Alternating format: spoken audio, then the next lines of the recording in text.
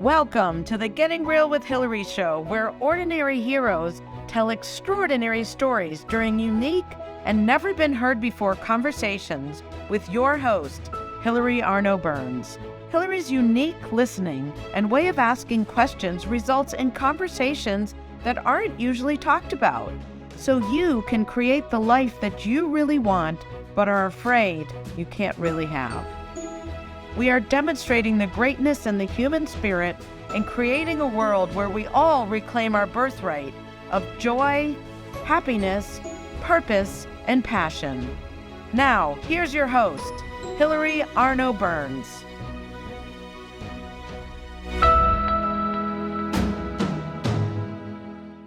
Welcome to the Getting Real with Hilary show. And as always, we have a very special guest. Today we have Ravi Bhola. He is a businessman and entrepreneur. And what he's going to bring to entrepreneurship is something you probably never heard about. So definitely stay tuned for that discussion and to find out about the amazing projects that Ravi is working on. So welcome, Ravi. Thank you, Hilary. I really appreciate you having me on on your show. Yeah, so we like to talk about things that people don't talk about. And I have never really heard anyone talk about entrepreneurship the way you do. How would you like to, I'll let you introduce it because you're the expert. What would you like to, when I hear of entrepreneurship, I think of, okay, starting a business and, blah, blah, blah, you got to be brave and stuff like that. But I know you bring way more of a depth to it. So go ahead. I'm going to be quiet and let you talk. Sure, sure. Well, just a little bit about me, Hilary, just in terms of background. I was born in India about the time that there was a split between India and Pakistan, and so my parents, were really refugees. They were quite successful in what is now Pakistan. It was split up. They had nothing to do with it, and they ended up, with nothing. So they started really as refugees, and so the whole thing about entrepreneurship really started there because my father uh, knew that he needed to find some way to take care of his family in a better way, and his solution to moving forward was education. And so education is really what drove his uh, actions, and he mustered up the resources and the energy and all that to apply to different schools. And he got into the University of Louisville in Kentucky. He was working for the Army at that time because that was the gallant thing to do, given that you'd been just defeated. And he was an engineer. So, but he thought he could do more if he learned more. And so he got into the University of Louisville. They said they didn't have anything in the way of more powerful studies, and power plants, steam powered plants were at their peak. And so here he is in Kentucky, and he talks to his professor, and he says, "Well, so what's the future?" And his professor said, "Well, the future is going to be in science, energy, electronics." So my father said, "Well, I'd like to maybe look at electronics." And so he studied electronics. And when he was finished with it, he went back to his old employer in India. And they said, "Well, you're the biggest fool that we've ever met because you wasted all this money and energy, and we have nothing for you except the job that you left because we're still doing the same thing." Right? So, of course, my dad's very, very, disgruntled, and he talks to his professor at the university, and the professor says, "Well, here's 3 phone numbers that you should call." So my dad called the 3 phone numbers, and he got 3 job offers in the United States. And the thing was, well, what do I do with my family because they can't come? So for that period of time when he was studying, we were going to the embassy once a week, and they wouldn't even let us go, past the guard to go and see what was going on. Well, after he accepted this job, the embassy sent a car to our house to get us and saying, uh, that your visas are ready. You can go now. So I was 11 years old at the time. And the whole story, so this whole thing about entrepreneurship, right? Unexpected things. My father had studied something that was very valuable at that time. There's a big space race going on, spacecraft, and how do you make things lightweight so that you can get them into Earth orbit? And so what he'd studied made him someone that was very, very much in demand in that world, although he was kind of a nothing in the other world, right? And so he built himself into that. And I came to the United States then. I learned how to speak English. I started school in the 5th grade. And so his career took off because the whole space program took off and he was quite successful at it. And so I followed him around, of course, as different companies wanted him. And so I went to high school and grew up mostly in St. Louis, Missouri.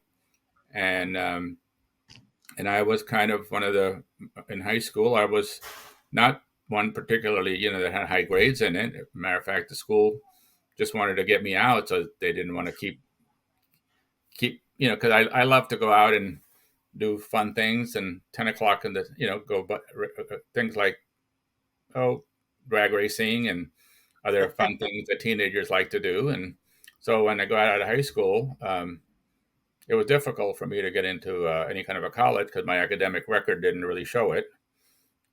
But through, I think a lot of had to my father's efforts and his reputation, he was able to at least get Washington University, which is a very, very prestigious school, to give me a shot. So I kind of woke up at that time. And then I graduated at the top of my engineering class, having gone from almost being pushed out of high school because they were sick and tired of me, to someone that graduated at the top of the class of this very, very difficult engineering school. So I studied electrical engineering. Mm-hmm. I was interested in medicine, and so I did a master's degree in biomedical engineering. And then ultimately, when I was doing all this kind of work with the design of different sophisticated computers and things that electrical engineers do or did in those days, I really wanted to be more so out with people rather than, in a lab bench inventing the next gadget that was going to, wow the world. I did do a lot of things, like I did these things that they have in the cockpits of airplanes that tell the pilot, hey, you're getting too close to the ground, you're going to crash.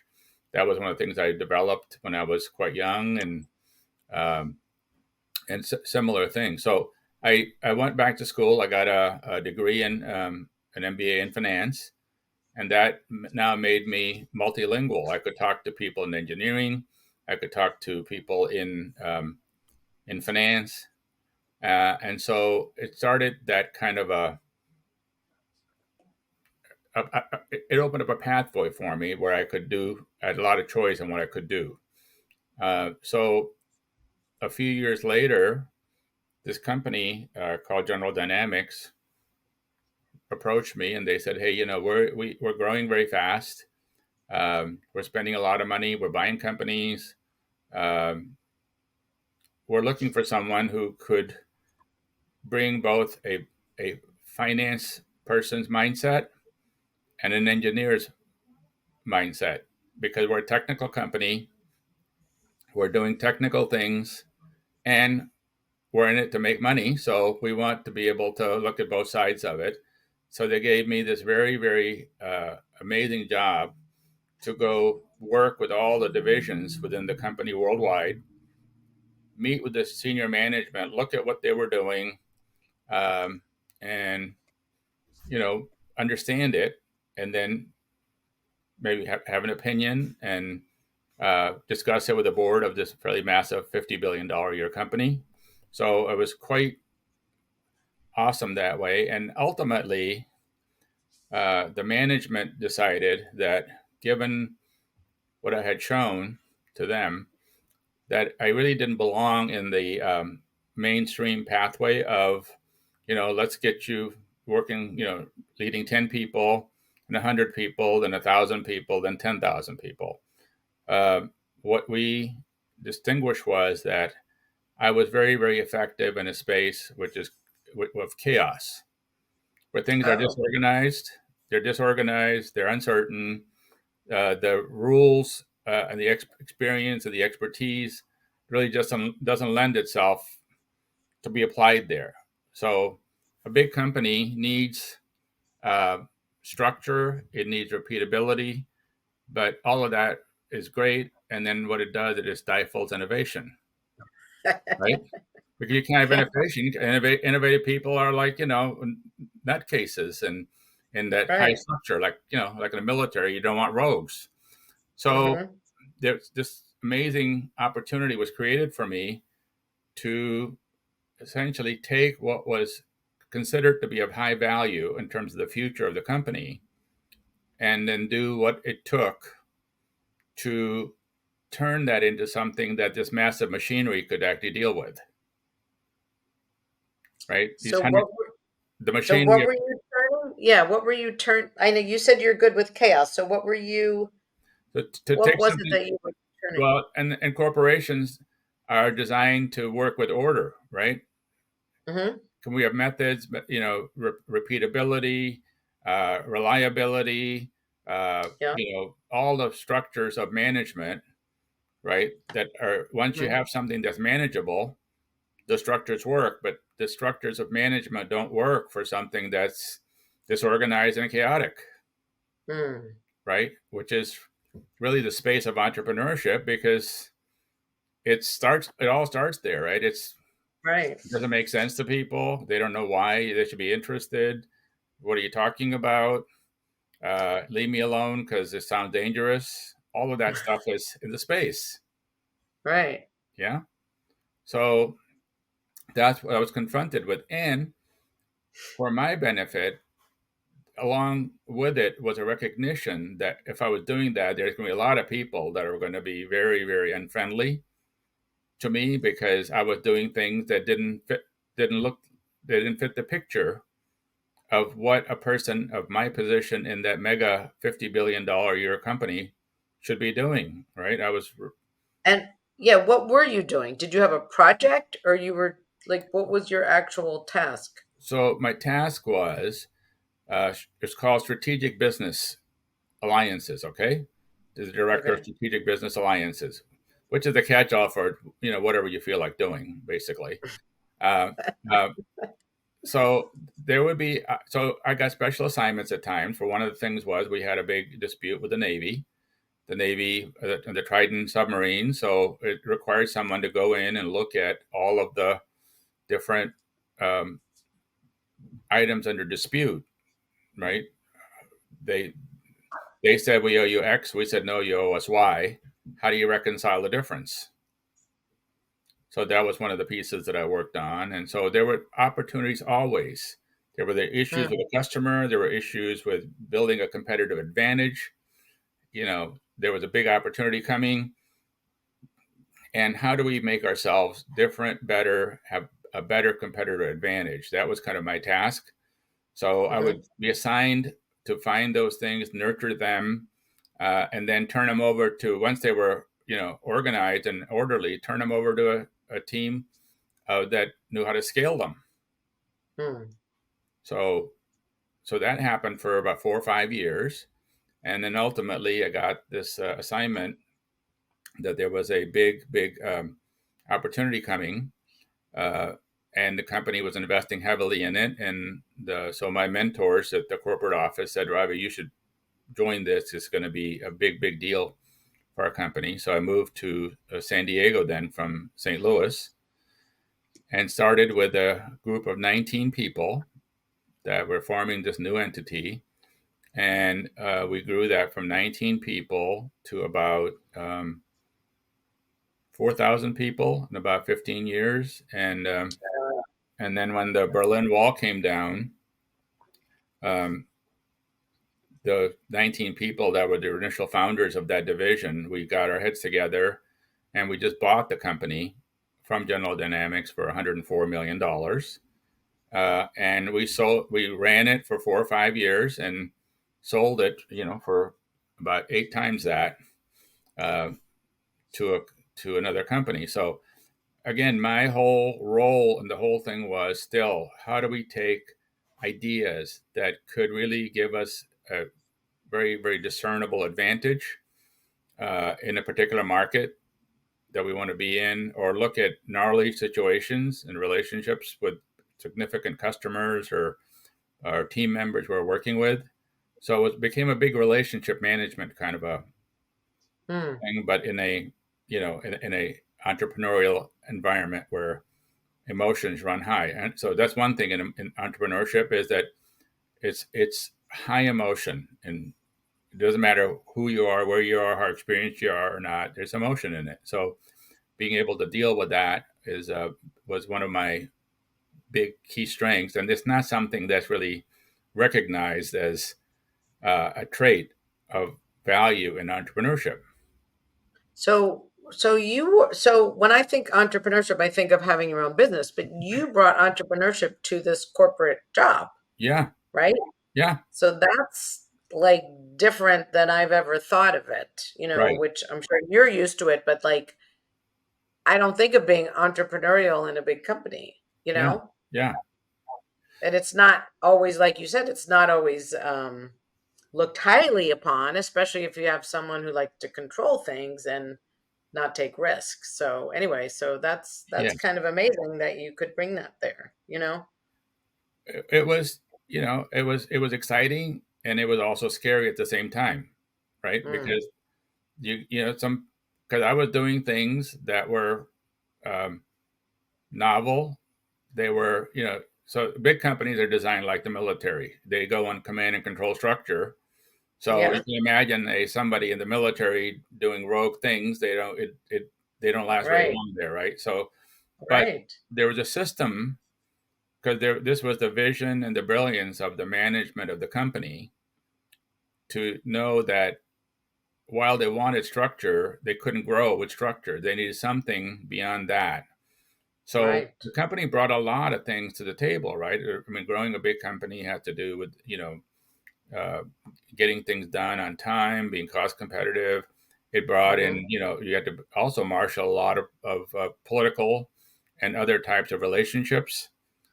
So it's a very all encompassing game, Yeah, but the innovation really is what always brings things. So innovation in the company, bringing innovation ideas to the customer, so because the customers don't know what to ask for, even because they're pretty right. much stuck too, and so they don't have the ability to create a new idea and issue it, present it to Congress or the Pentagon or the White House or uh, in their circles.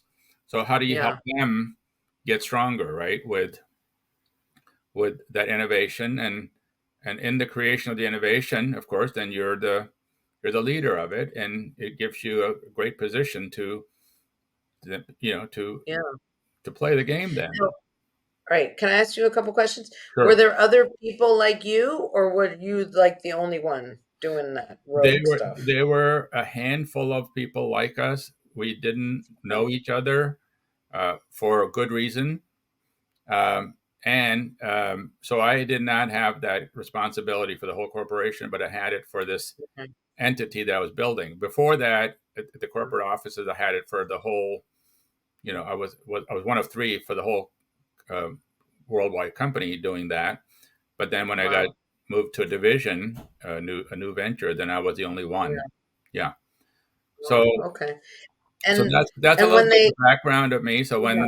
when we sold the company, um, and my new boss was in London, we started to have a lot of conflict, because his mindset, this was another very fascinating thing, that this company bought us, and so now they had it mean that they knew what to do and we didn't know what to do, so now they needed to tell us how to do things, right?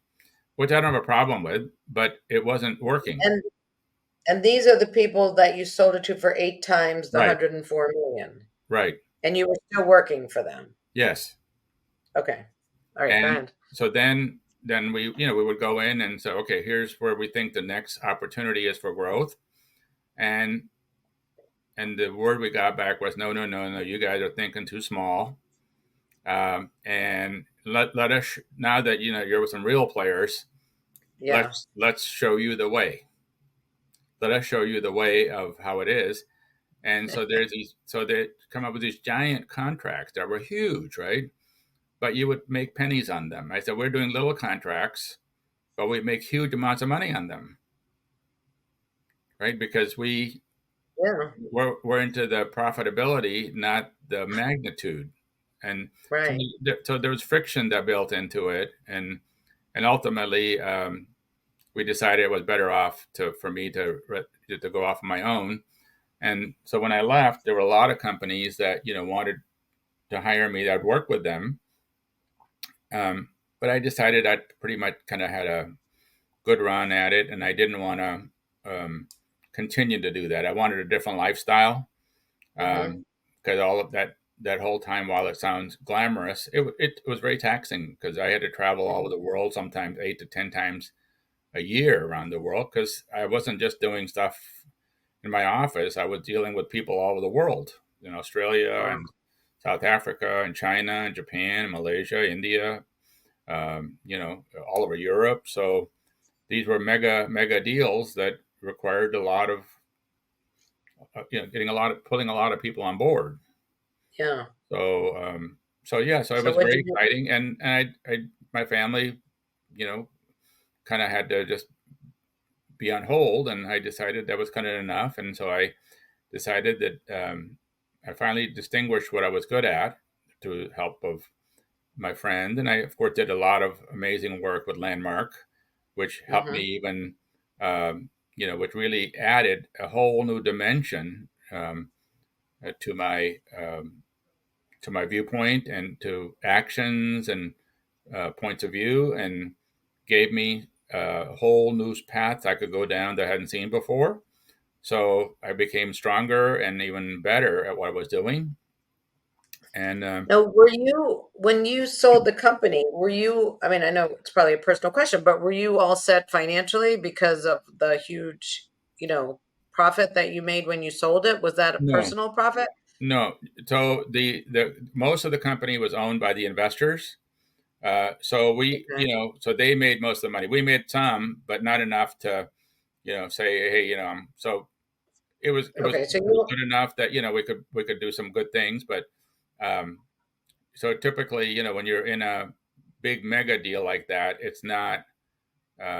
It's mostly profitable for the people that put up the money, and yes, the Okay. people that are in making the money also do well, but not in the hundreds of But you millions. weren't. You didn't have $100 million now, so No, you no, could no, just chill no, out and take your time. no. Okay. Yeah, but Because even I'm thinking, what's the problem? You just made, 800 million, right? So yeah, okay. no, I didn't do that. So I did Okay. well, but not well enough to say, this is, I don't, now I'm done. Yeah. my money is going to let me live. No, it didn't do that. Right. Okay. Because I Okay. never was interested in that. I wasn't one who Right. was into accumulating money. I was very excited about making money and doing innovative things and exciting things. Hmm. And so as long as I knew I could do it and I loved doing it, that was what mattered to me the most. Right. Okay. So Yeah. then what happened after? So So, well, who then did you find out you were? What would you were good at what? Doing the innovative stuff? What was yeah, did you find out well, your strengths were? yeah. So my strengths were in, just bringing different ideas and people together. And Mhm. then, bringing some structure to it, and, being able to create something that was valuable to a specific group of people. That would be either our customers, investors, or partners. Mhm. So after I left and I started looking at what to do, I was bombarded with offers for jobs, which I didn't want. And then I found a whole bunch of people who had invested in companies that wished that there was some way they could make money with them. So I got brought in to see if I could take these. A lot of time people make investment decisions on all kinds of they're there's a 10,000 reasons why people invest in things, although they all say, Right. say some bogus stuff about why they did it. But Right. it wasn't making money. And so could I come and take a look? Um, would I be interested in, serving on boards? So I started taking board positions. I started taking hands-on in small to mid-sized companies. And I started really looking at um, what was really going on in the space of entrepreneurship. And what I saw was that there's just an amazing amount of pent up energy in entrepreneurs at large, is what I saw. And that if we could somehow bring that innovation, right, to a space where it could be available, right, for the public at large, it could do a lot of good. It could do good, not, typically entrepreneurship has to do with money making ventures, but entrepreneurship for me is a way of being.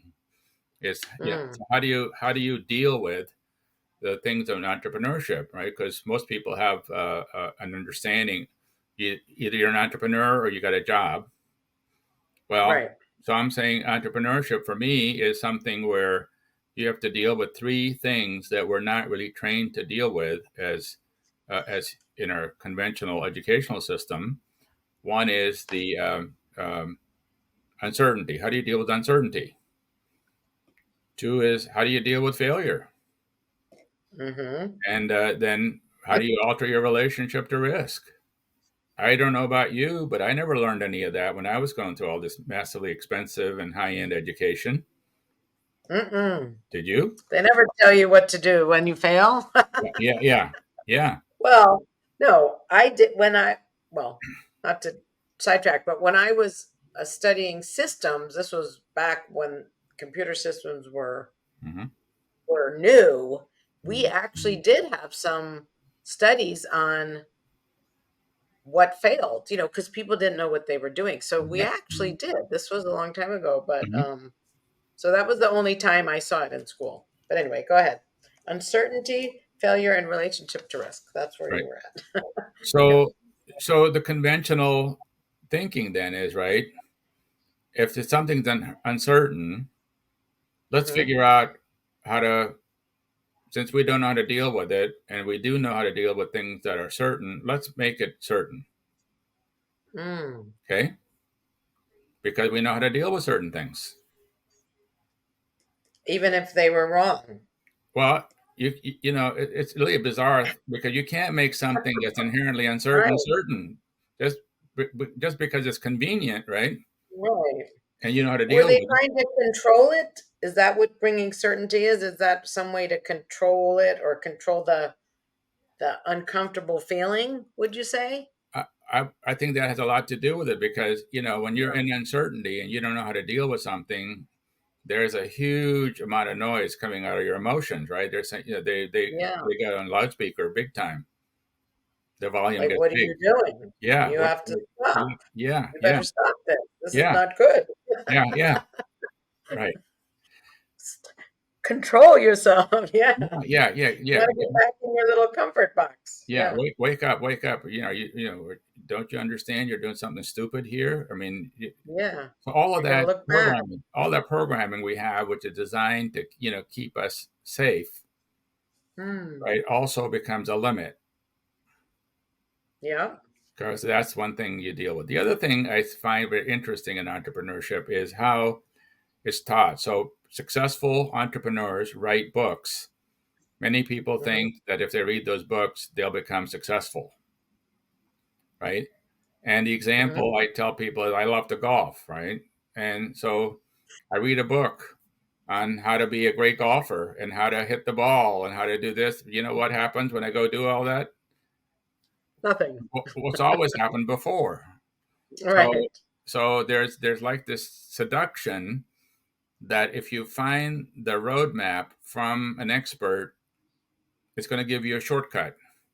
And Hmm. that shortcut will give you then safety from uncertainty, failure, and risk, Oh, right?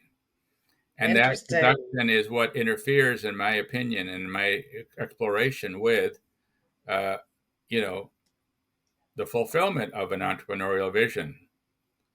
Because Well, yeah, because yeah, if you take, let's say, if entrepreneurship is uncertainty, failure, and relationship to risk, I mean that, and you now take a formula in someone's book, you've now taken out the uncertainty, willingness to fail, if that's what it is, right, and being willing to risk because you've now put it back in the box, right? right. Just because you know how Interesting. to deal with that box. You're trying to Yeah. change the world to fit your reality rather than deal with its reality, the real Yeah. reality rather than the one in your head. Wow. Okay. So then what? If So books aren't the answer. well, then I saw that yeah. So people think because they're adults they have a different path to learning than kids do. They don't think that practice and repetition and failing and all that. If we believed all that, when we were kids, we'd never learn how to ride a bike. Right. Yeah, Right. but we're trying Hey, to I just, go ahead. yeah. No, I just looked at the time. So even though I don't want to stop right here, I'm going to write it down, play, adult, and then we're going to go to the commercial break, and then we're going to come back Okay. and learn more because this is very cool. Okay, good. All right. Thank you, Ravi, and we'll see you in a minute or two. Okay. All right.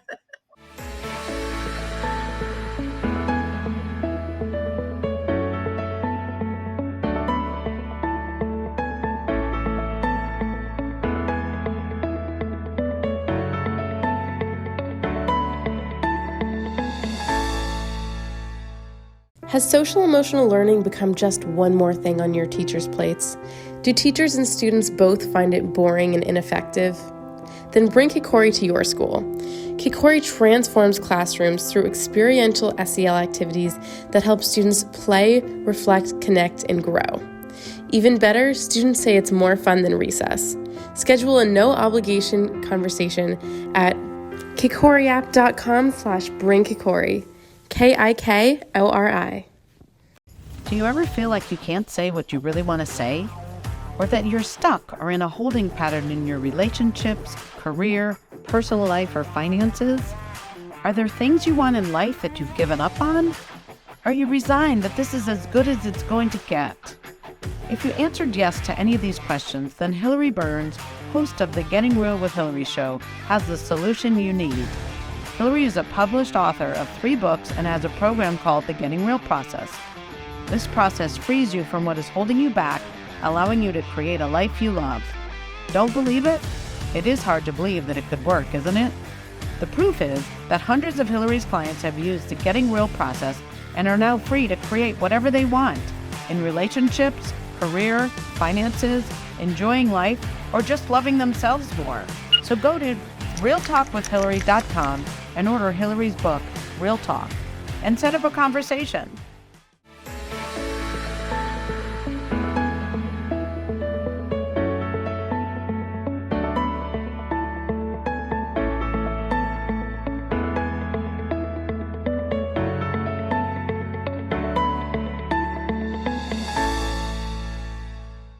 Okay, welcome back to the Getting Real with Hilary show. And as always, thanks to our sponsor, kikoriapp.com.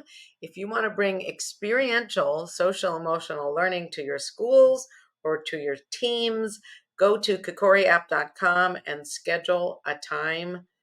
You can definitely ask for Haley. She's my daughter and she's extra special, and they're doing amazing things for our kids and our companies. So go to kikoriapp.com. And as always, if you find yourself stuck or trying to fix yourself, my book, my 3rd book, Your Bullshit is Your Blessing, is the answer to what you're looking for. It's how to stop fixing yourself and start having more fun. And I'll tell you what, I was someone who was trying to fix myself. I wasn't always positive. I thought there was something wrong with me. If you're like me, you're a cup half full kind of gal or guy, read this book. It'll definitely help you. You can find it on Amazon. And if you're someone who doesn't like to speak up or doesn't think you shouldn't complain, you shouldn't say certain things, Real Talk is the book for you. This helped me when I started saying things I didn't think I could say, my life started opening up and I started getting freedom. So this one you can get at realtalkwithhilary.com, and you can get the book there and sign up for a conversation with me. And I'll tell you what, I use step one all the time, and it gets me free when I'm in my head and stuck. The subtitle, How to Say the Things You've Never Said So You Can Have the Things You've Always Wanted. And this stuff works. But now we're going to go back to our special guest, Ravi Bhola. We were at a very exciting part in the conversation, so let's bring him back. Welcome, Ravi. Thank you. Okay. All right. So we were talking about if adults were like kids, when kids aren't afraid of failing, they're not afraid of uncertainty. They love risk, right? They'll go do crazy things like you used to do in drag racing. So how do we make this transition for adults? How do we bring that back as adults? Well, I think, and just looking at it, when I look at how I raise my kids, um, I think someone around the time then they were in the early teens, you know, my wife Margaret and I decided it was time for them to grow up. And so growing up, our version of growing up meant now we need to instill some level of judgment into them. They need to be able to judge better than they are. So let's transfer our wisdom around judgment to them. And it's in the transfer of that to them that all of that stuff that made them amazing children, wanting to be curious, learn, grow, have a powerful relationship to the various things that were related to, started to diminish.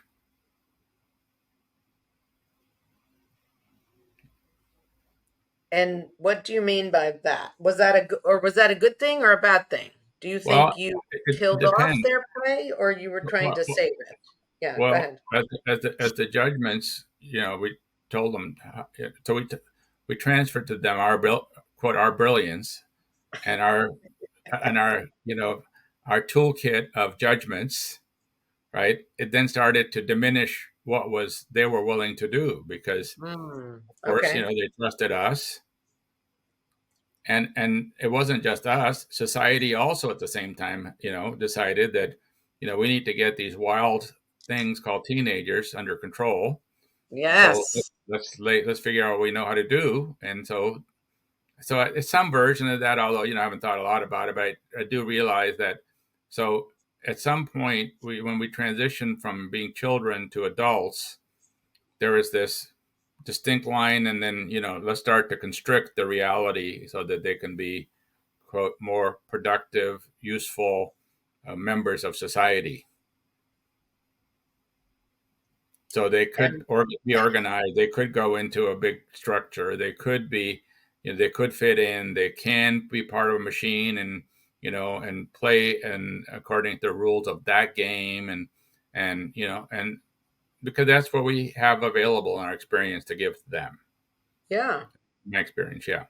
So when did you, I mean, I'm thinking that you saw that this restricted them, Yes, but but not you didn't at know it at the time. the time I did not know Yeah. because Okay. at that time, my education was very limited in the area of people and how do people really work and and so Yeah. my journey has revealed some very interesting things to me because I write business plans, I read business plans, I invest in companies, other people invest in mine, and so there's always a discussion about risk, and all of that is fabricated because those are all risks that people know about.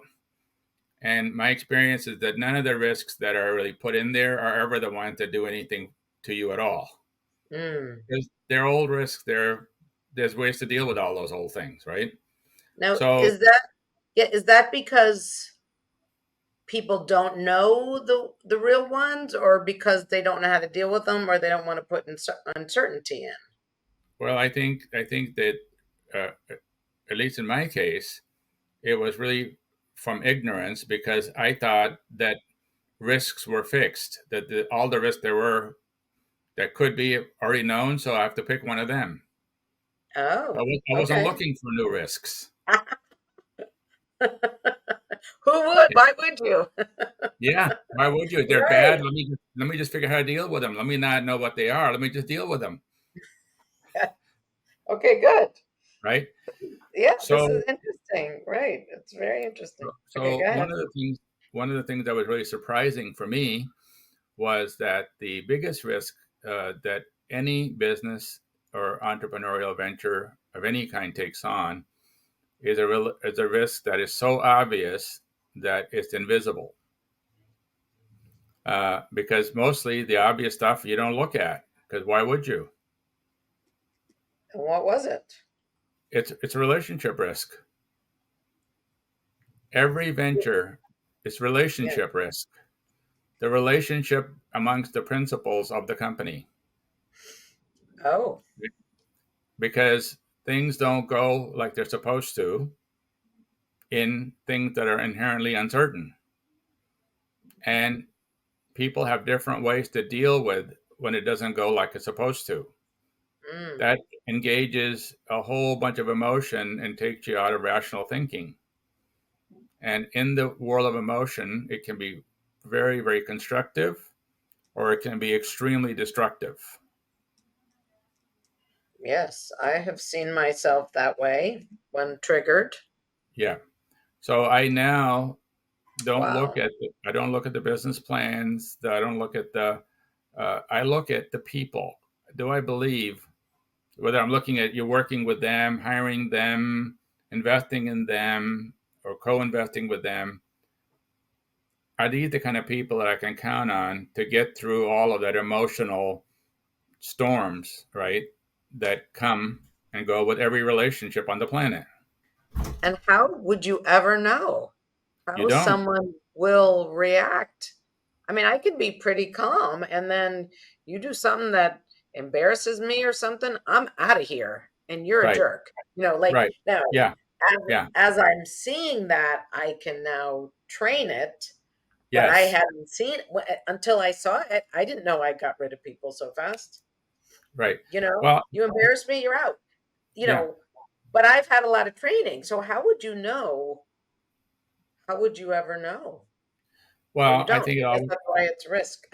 I think that you have a very, very, I think you make a very good point. It starts with me, Yeah. right? Because I'm like them. I also get triggered, and Hmm. when I'm triggered, I am destructive like everybody else, right? Right. Next. Right. I'm done with Yeah. you next. Yeah. Yeah. Right.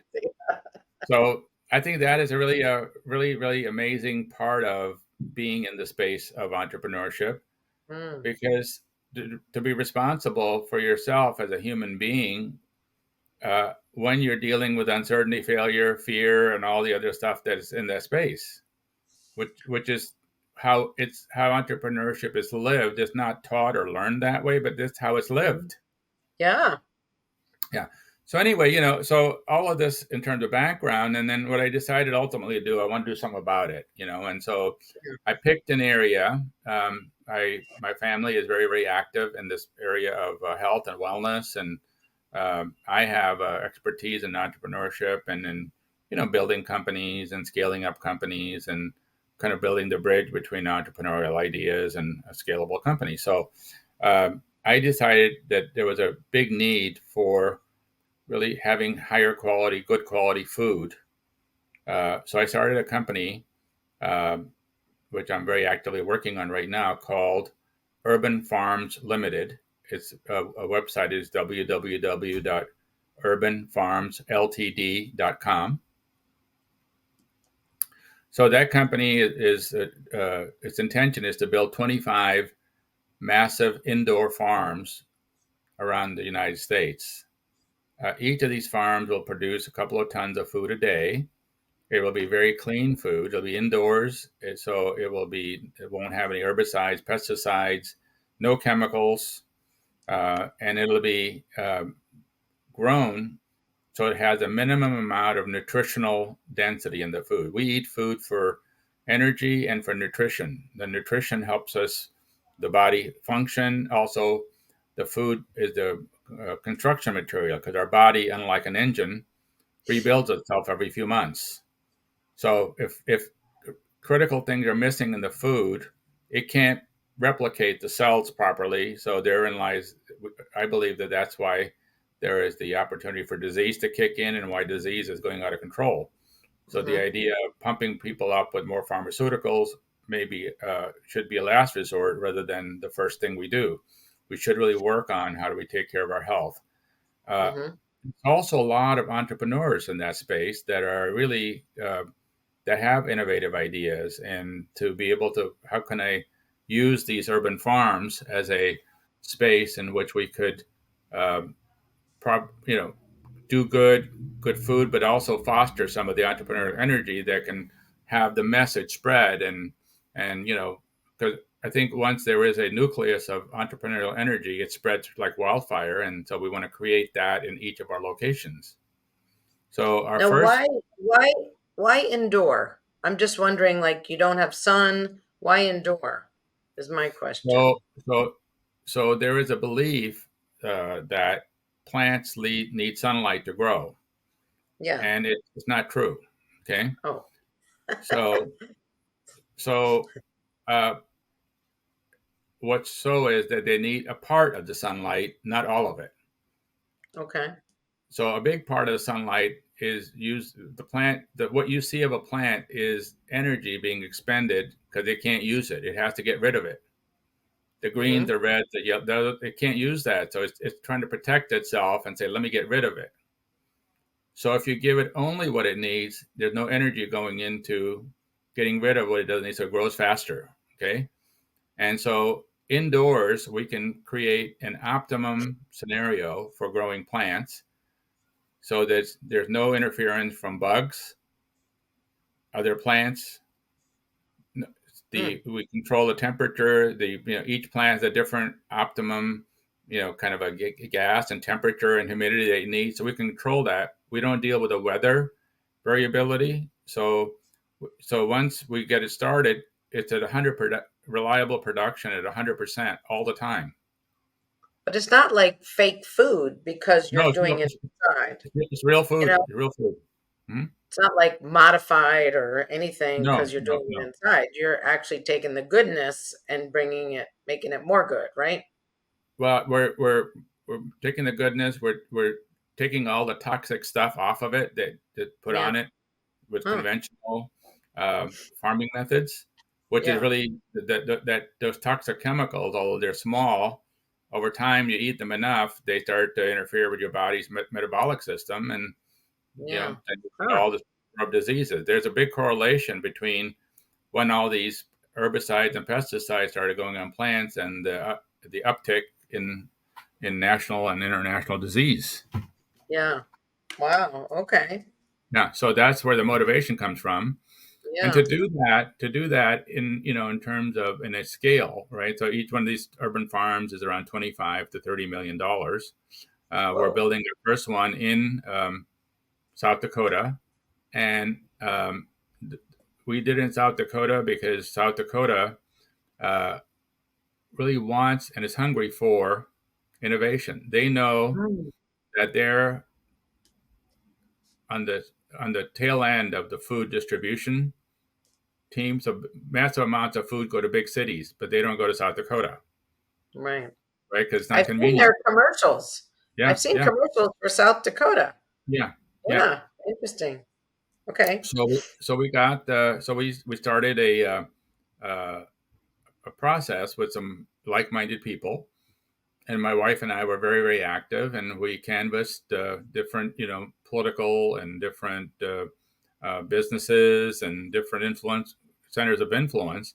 And so we have Mm-hmm. this idea that we would like to propose. Here's what we're thinking, and we'd love to get you to buy in with us and support us. So the state of South Dakota thought what we're doing is amazing, and is financially contributing a Wow. substantial amount of money to us. Okay. to induce us to come and bring our know-how, our skill set, and what we're proposing to their community and to their environment. So they want the health. The other thing that they want is that as their young people graduate from their educational institutions, they leave because there's nothing for them to do. There's no jobs to pay well, because the job market is not expanding as quickly as it needs to. So can we bring some of that? So we're bringing in a part of our offer to them. We'll take kids from high school, from their STEM programs, from their community colleges, and train them, hire them, train them, and make them available for doing more of these kind of things, within, because we think this indoor farming is in the early stages of its development. It'll increase. So it also insulates us from things like climate change, because in South Dakota you can only grow food 3 or 4 months out of the year. The rest of the time you can't. So being able to produce good quality food that's fresh and it's delivered to you like the same day as it was harvested, right, in scale, all year, right? All year round, yeah. Wow. Yeah. So we've got some financial support coming in from the state. The USDA heard about what we were doing, and they said, we'd love to support you as well. So they're coming in with a substantial amount of backing for us as well. And then we have some investors that we're raising. We're raising $8 million of the 25 from investors. The rest is coming in from the state of South Dakota and from the USDA. And so this will produce around 2 tons of food a day. We have grocery stores and restaurants and catering companies and all in the area that are eager for us to get going. Wow. Yeah, and so we have a piece of land there. We've done all the feasibility studies. We've got the designs done. We raised some amount of money, and we're now increasing the amount of money we're raising. So we were looking for like-minded people that would love to see that happen, not only in South Dakota, but maybe in their own cities or in their neighborhoods. Because although we're doing big ones in the what I'm talking about, not everybody needs a big one. So we're helping people that some with smaller ones, something for a school, something for that supports like a community. Yeah. Wow. And so all right. So we have 3 minutes left. Mm-hmm. So I want to make sure that you get to, let people know. Obviously, you're looking for people who would be interested in the project, investing, so say, how they would find you, what you're looking for, and, what your real vision is, in the next 5 to 10 years if this takes off. So go ahead. So my website is the first place to look, just to get an overview. There's a video and there's a lot of drop downs about who are we, what's our background, what are we trying to do. It's got all the phone numbers on how to reach me. It's got the email addresses and all that. So it's www.urban farms farmsltd.com. Okay. And my email address, personally, I'm the founder and the principal shareholder in the company, because most of the money has gone into it. To date, has been my own money. It's significant. It's been a couple of $1 million. And so now I'm looking for to have. So I've done a lot of the preparatory work, laid the foundation. I have raised money from some friends and family, and now I'm going beyond that. And I'm really in a very, very ecstatic space. We have a lot of excitement from everybody, the local community, the state, and frankly the USDA. So it's just a very exciting time, and I believe that this urban farm will impact the health and the wellness of many of the people, and inspire a lot of entrepreneurs to come forth. And so how can we get them to unleash their ideas and their genius to be able to impact the overall good, having the place be a better place to live and let's be healthier and figure out how to take care of our own health rather than go to the let's drug everybody, and and then kind of just forget about the side effect, because the side effects many times, in my experience, are worse than the disease you're trying to cure. Right. So Yeah. your vision. So your vision for the next, let's say, 5 years, if this really took off, well, how do you see this or your vision for the world? What would that look like? So so so if it took off, we would have 25 of these running domestically. We would Mm-hmm. have a template then for other people Mm-hmm. that want to do this in other parts of the world. Would also have some kind of a methodology for how do we engage and enable and support the local entrepreneurial spirit Mm. in those communities, right? So that they could Yeah. actually bring that forth, because we're looking for, I think that entrepreneurship, the country is facing challenges right now, and there's all kinds of, rhetoric and opinions about why and blah, blah, blah. But one thing for sure is that every time, we've gone through crises, it's always been the entrepreneurs that have lifted us out and, carved out a new path. So I'm standing for, empowering entrepreneurs so they can really lead us, to the next stage of where we need to go as a country and as a global population. All right. That's awesome. So you're empowering entrepreneurs. You're giving us better health, better food choices. You know, you're impacting all of that just with this one project. So thank you so much. I'm sorry we're at the end, because I'd love to hear No, more, that's okay. but we can have you back again and you can talk about your other projects and how this is Yeah. working. And, I'm looking forward to seeing all the people that reach out to you who Yeah. are in that, who want to do something entrepreneurial. Maybe they don't have their own idea, but this is something they could take and run with it with your help and the help of other entrepreneurs. So thank you so much. Yeah, Anything I think. quick in closing? Because we're Well, I about think out of also, time.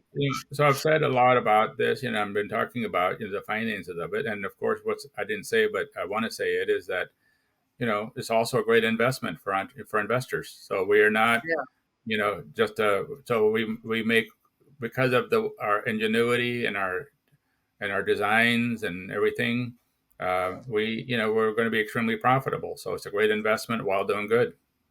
Okay. Sounds awesome. Yeah. Thank you Thanks. so much for what you're doing for South Dakota, for the country, for the world.